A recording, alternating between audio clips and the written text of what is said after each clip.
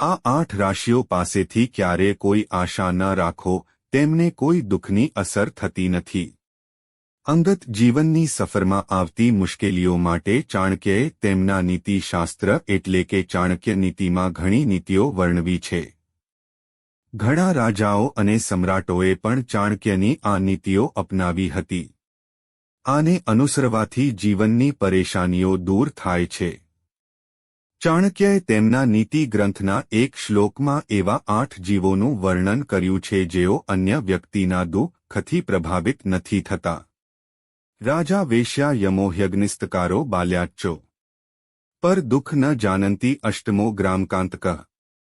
એક આ શ્લોકમાં ચાણક્ય કહે છે કે રાજા એટલે કે શાસન વ્યવસ્થા ક્યારે કોઈ વ્યક્તિના દુઃખની પરવા નથી કરતી, કારણ કે તે કાયદાના નિયમોથી બંધાયેલો છે અને તેની પીડા અને લાગણીઓને નજરઅંદાજ કરે છે.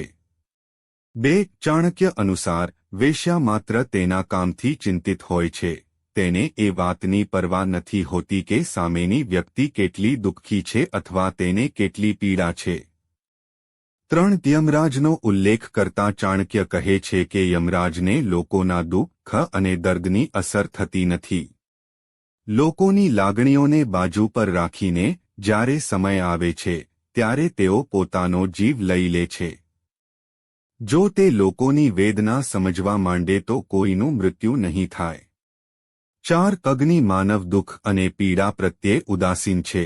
અગ્નિની વૃત્તિ દરેક વસ્તુને બાળી નાખે છે. અગ્નિ એ જીવિત રહેવા માટે જેટલો ખતરનાક છે તેટલો જ મહત્વપૂર્ણ છે. તેની કોઈની પીડા અને દુઃખ પર કોઈ અસર નથી. 5 ચાણક્યએ કહ્યું છે કે ચોર કોઈનું દુઃખ સમજી શકતા નથી. તેનું એકમાત્ર લક્ષ્ય ચોરી કરવાનું છે. કરવા માટે તેને કોઈ ફરક પડતો નથી કે તેની ચોરીથી બીજાને કેટલી તકલીફ પડી શકે છે. 6 ચાણક્યએ 8 જીવોમાં બાળકોનો પણ સમાવેશ કર્યો છે. તેઓ કહે છે કે બાળકો કોઈની સમસ્યાની પરવા કરતા નથી. તેઓ અજ્ઞાન છે અને તેથી લોકોની લાગણીઓને સમજી શકતા નથી. 7 એક સાધુ એટલે કે જે વ્યક્તિ પૂછે છે તે ફક્ત પોતાના વિશે જ ચિંતિત હોય છે અને અન્યના દુઃખથી પ્રભાવિત થતો નથી. 8 ગ્રામકંટક એટલે કે જે લોકો ગામડાના લોકોને પરેશાન કરે છે તેઓ બીજા કોઈની પીડાથી પ્રભાવિત થતા નથી. તેઓ લોકોને કોઈપણ સ્વરૂપમાં હેરાન કરે છે.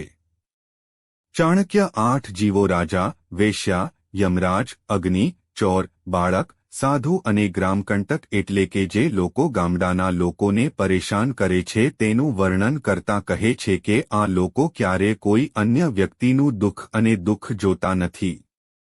તેઓ તેમની ઈચ્છા મુજબ કામ કરે છે. તેથી તેમની પાસેથી દયાની અપેક્ષા ન રાખવી જોઈએ.